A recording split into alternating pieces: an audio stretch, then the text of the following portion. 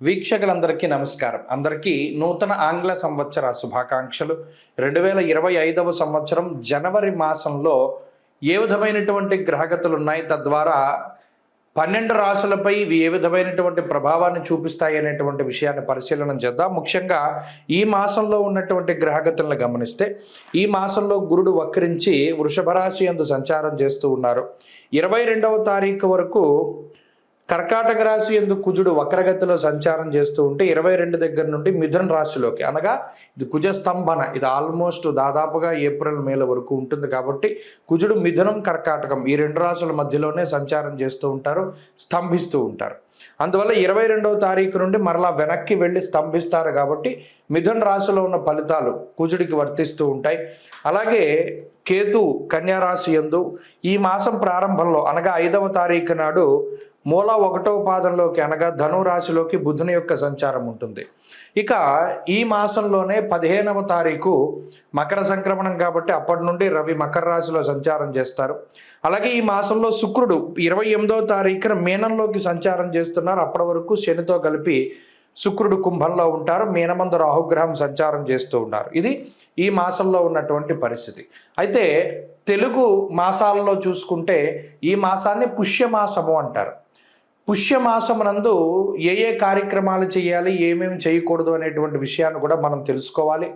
పుష్యమాసంలో గృహప్రవేశాలు, గృహారంభాలు, వివాహాలు లేదా ఏ విధమైనటువంటి శుభ కార్యక్రమానికి సంబంధించినటువంటి పనులు కానీ, శుభ కార్యక్రమాలు కానీ చెయ్యరు. దీన్ని శూన్యమాసము అన్నారు. మరీ ముఖ్యంగా ద్విస్వభావ రాశిలోకి రవి ప్రవేశించిన తర్వాత, అనగా 16వ తారీఖు డిసెంబర్ దగ్గర నుండి ధను రాశిలోకి రవి ప్రవేశం చేసిన తర్వాత, డిసెంబర్ 16 నుండే ఒరిజినల్గా గృహారంభాలు కానీ గృహప్రవేశాలు కానీ చేయకూడదు. కానీ పాపం తెలియక చాలామంది వాటిని ఆచరిస్తూ ఉన్నారు. అలాగే గోదావరి జిల్లాలో నెలగంట పట్టిన తర్వాత, అంటే సంక్రాంతి నెల పట్టిన తర్వాత శుభ కార్యక్రమాలు ఏవి చేయరు. మరలా అంతర్వేది రథోత్సవం కానీ అంతర్వేది ఏకాదశి కానీ తర్వాత వరకు కూడా చేయరు. అయితే ఈ మధ్యకాలంలో కొంతమంది మాఘమాసంలో చేసుకుంటూ ఉన్నారు వివాహాది శుభ కార్యక్రమాలు. దానికి కూడా ఏ విధమైన దోషం లేదు. కానీ దీన్ని శూన్యమాసము అంటారు. దాదాపుగా జనవరి నెలంతా కూడా పుష్యమాసమే ఉంటుంది. కాబట్టి ఈ పుష్యమాసమున శంకుస్థాపనలు చేయకూడదు. పుష్యే చాగ్ని భయం చేయవ అంటూ ఉన్నది శాస్త్రం. అనగా ఈ మాసంలో ఏదైనా ఒక పని చేస్తే అది అగ్ని సంబంధంగా కాలిపోతుంది, బూడిదైపోతుంది అన్నారు. అందుకనే అసలు ఏ విధమైన శుభ కార్యక్రమాలు చేయకూడదు. ఇది ప్రధానంగా గుర్తుపెట్టుకోవాల్సింది. అలాగే గృహప్రవేశాలు కాదు, ఇంకేవి కూడా కార్యక్రమాలు చేయరు. అందుకనే దీన్ని శూన్యమాసము అన్నారు. అంటే ఈ మాసంలో ఏ విధమైనటువంటి శుభ కార్యక్రమాలు ఉండవు. అలాగే ఈ జనవరి నెలలోనే మకర సంక్రమణం జరుగుతుంది. కాబట్టి ఈ జనవరి నెల 15వ తారీఖు నాడు సంక్రమణం రోజున పితృదేవతల్ని స్మరించి వారి పేర్ల మీద స్వయంపాక దానాదులు అవి చేస్తూ ఉంటారు.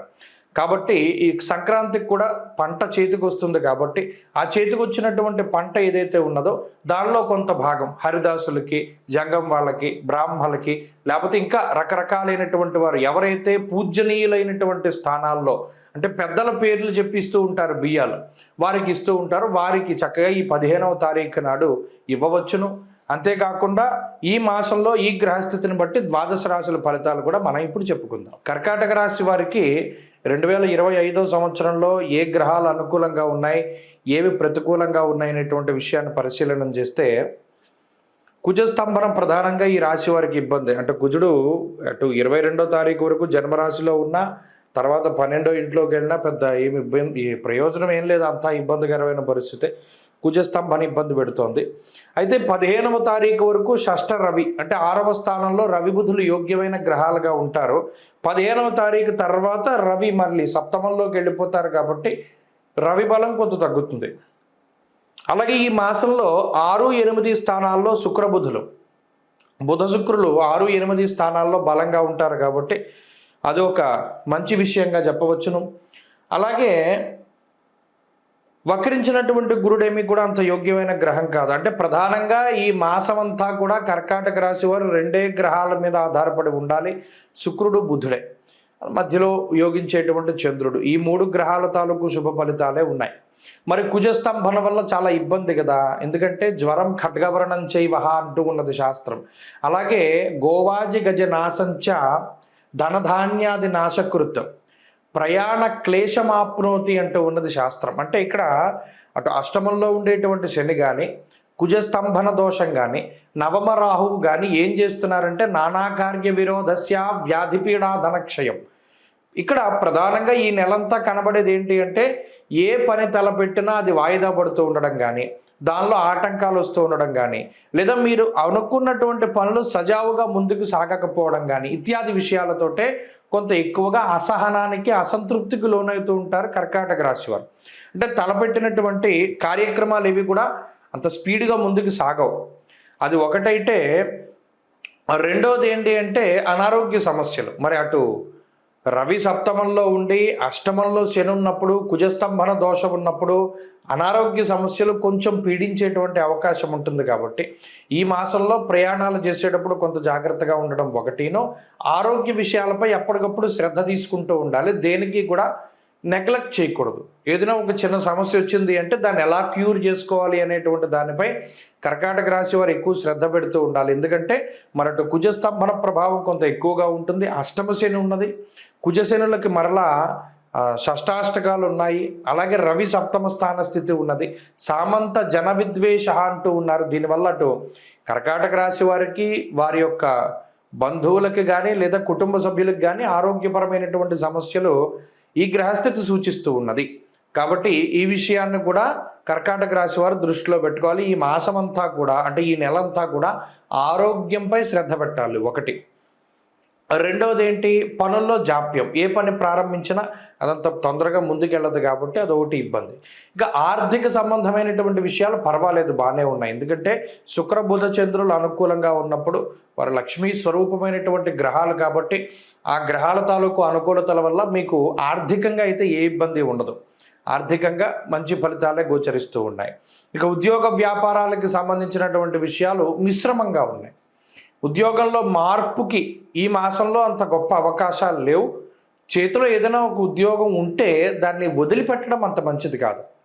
ఇంకోటి ఏదైనా ఉద్యోగం చేతిలోకి వస్తేనే కానీ చేస్తూ ఉన్న దాన్ని మాత్రం మానకూడదు. ఇది ప్రధానంగా గుర్తుపెట్టుకోవాలి. వ్యాపార పరంగా ఏదైనా విస్తరించి ఏదైనా వ్యాపారాన్ని కొత్తగా ప్రారంభం చేద్దాం లేదా కొత్త వ్యాపారాన్ని ప్రారంభం చేద్దాం అనుకునేటువంటి విషయాల్లో ఈ నెల అంత గొప్ప నెల కాదు. భూగృహాలకు సంబంధించినటువంటి విషయాలు, కోర్టు లావాదేవీలు ఇవన్నీ కూడా కొంత వెనక్కి వెళుతూ ఉంటాయి. కాబట్టి కొంత మిశ్రమమైనటువంటి ఫలితాల్లోనే ఈ మాసం ఉండబోతూ ఉన్నది. కాబట్టి ప్రధానంగా ఈ కర్కాటక రాశి వారు ఏం గుర్తుపెట్టుకోవాలి అంటే ఆ బలాన్ని పెంచుకోవాలి.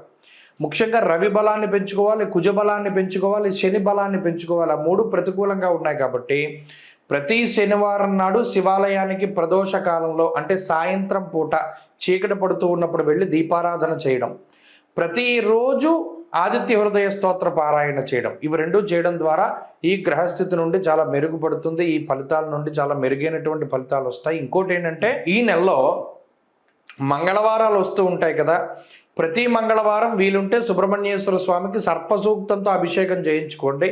కుజస్తంభన దోషం తొలగిపోతుంది. స్వస్తి.